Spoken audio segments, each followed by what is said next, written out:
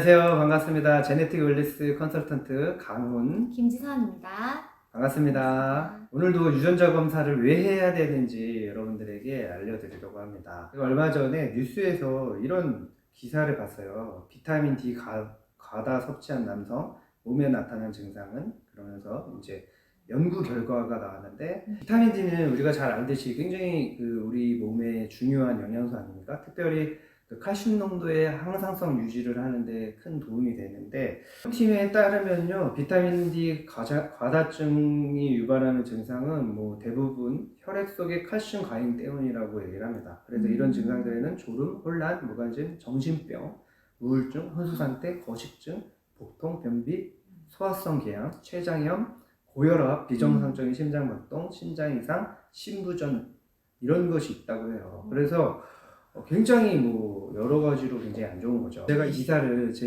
이제 단체 카톡에 올렸더니, 이분은 오랫동안 헬스 트레이너로 이제 일을 한 분인데, 이분이 생리학과 영양학까지 전공을 했대요. 그리고 12년 동안 트레이너를 한 그런 경력자입니다. 어떻게 보면 그런 건강에 관련해서 전문가죠. 근데 이분의 얘기는 이렇게 보충제 말고도 햇볕으로도 가능하다. 그래서 지금 한국인들이 너무 이제 자외선 차단제를 받고 실내에서 또 활동을 하다 보니까 비타민 D를 섭취할 기회가 적다. 그래서 좀 이렇게 운동도 하고 햇볕을 좀 충분히 쐬주는 것을 이렇게 추천을 했어요. 근데 또 어떤 분이, 이제 이분은 건강식품에 관련된 사업을 하시는 분인데, 이분은 또 이제 반론을 제기합니다. 유명한 의사들이 TV에서 말하는 것을 근거로 해서 얘기를 하는데, 대한민국 사람의 이렇게 2018년 발표된 국민건강영양조사 결과에 따르면 전체 남성의 75.2%, 여성의 82.5%가 비타민 결핍 상태인 것으로 나타났다라고 하는 그런 어떤 TV에 방영된,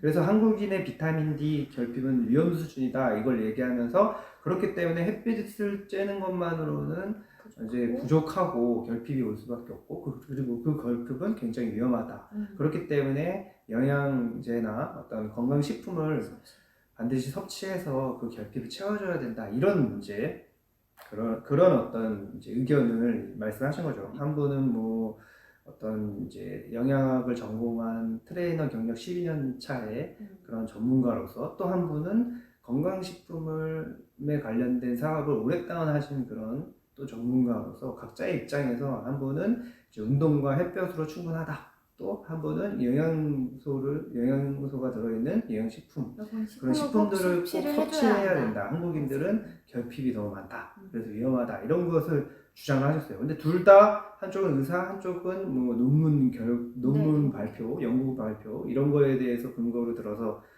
얘기를 했는데, 일반인들 입장에서는 이 양쪽의 의견이 다 나름대로 일리가 있고 굉장히 논리적이기 때문에 어떤 쪽이 맞는지 사실 혼란스럽습니다. 그렇죠?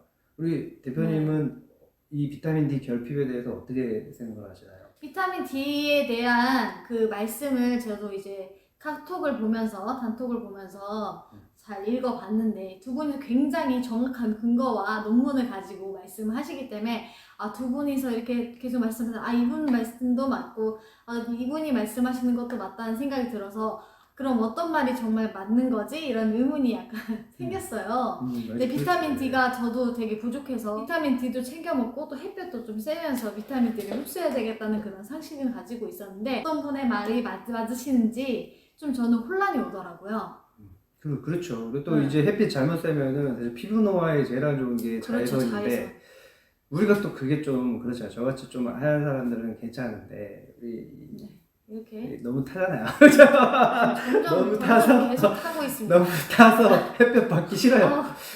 저는 받고 싶어 하는데 별로 받기 싫어하고, 저도 이제 마흔이 넘어가다 보니까 햇빛을 받으면 자꾸 주름살 생길까봐 이제는, 저도 옛날에는 받는 거 좋아했는데 이게 이제 나이 들어 보이는 게 이제는 싫습니다. 그래서 햇빛 받는 게 좀 부담스러워요. 그러니까 열심히 자외선 차단제를 바르시죠. 이럴 때는 과연 우리가 어떻게 해야 되냐. 사실 다 각자의 그런 어떤 논리나 연구 결과가 다 근거가 있는 거거든요. 이게 어려운 거예요. 그래서 제가 이제 이 글을 이 두 분들의 이야기를 들으면서 다 정말 굉장히 진짜 그냥 자기 얘기를 한 게 아니거든요. 그래서 굉장히 저는 공부가 좀 됐어요. 그리고 좀 그런 생각을 하게 됐어요. 그러면 누구 말이 맞을까? 사실 상담 이론도 굉장히 다 다르거든요. 정신분석을 비판하면서 인지치료라는 것이 나왔고 또 그 인지치료를 비판하면서 또 다른 어떤 감정, 정서에 대해서 강조하는 이론들이 나왔고 그런데 그게 다 학자들이 위대한 대단한 사람들이 연구해서 그렇게 해서 만든 거기 때문에 어느 누가 딱 맞고 딱 틀리다라고 볼 수가 없는 거예요.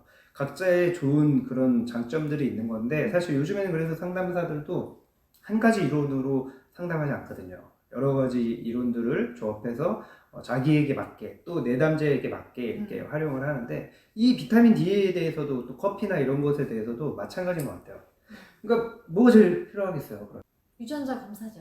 그렇죠. 나한테 맞는 게 각자 개인한테 맞는 게 가장 중요한 거죠. 그러니까요. 맞아요. 유전자 검사가 그래서 필요한 거예요. 왜냐면 뭐 다른 사람한테 좋다 나쁘다 이거 별로 사실 뭐 그게 뭐 그렇게 중요하겠습니까? 나한테 맞냐 안 맞냐 내 자녀에게 맞냐 안 맞냐가 중요한 건데 그것은 각자의 그런 어떤 유전자에 따라서 다르거든요. 유전자 검사를 해보면 비타민 D 영양소에 대해서도 나오거든요. 비타민 D에 대해서 주의라는 것은 그 사람에게 비타민 D가 계속 결핍될 수 있는 그런 유전자라는 것이고 그런 체질인 것이고 또 양호라는 사람은 그냥 뭐 그 헬스 트레이너 그 전문가 영양학을 공부한 그분의 말처럼 햇빛 손가락만 햇빛을 쬐도 비타민 D가 충분히 흡수가 되고 충분히 갖출 수 있게 되는 거죠.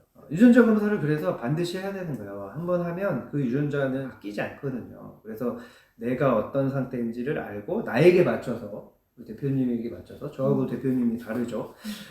그래서 건강 상태도 다르잖아요. 똑같은 환경에서 똑같은 걸 먹고 자라도 유전자가 달라서이기 때문이거든요. 그래서 유전자 검사를 해야 된다는 거죠. 그래서 유전자에 맞춰서 자기에 맞게 하면 이 과잉 섭취가 안 될 수도 있고 결핍도 해결할 수 있고 그러니까 그 두 분의 이야기가 어느 쪽이 맞고 틀리고가 아니라는 거죠. 다 맞는 얘기인데 내 상태가 어떤지를 아는 게 중요한 거예요. 유전자 검사와 유전자 컨설턴트에 관심이 있으신 분들은 저희 이 댓글을 남겨주시거나 연락처로 문의해 주시면 저희가 친절하고 상세하게 반드시 알려드리겠습니다. 100세 시대에 유전자 검사를 통해서 건강관리 제대로 하시고 더 행복하게 건강하게 사시기를 바랍니다. 감사합니다. 다음에 또 만나요.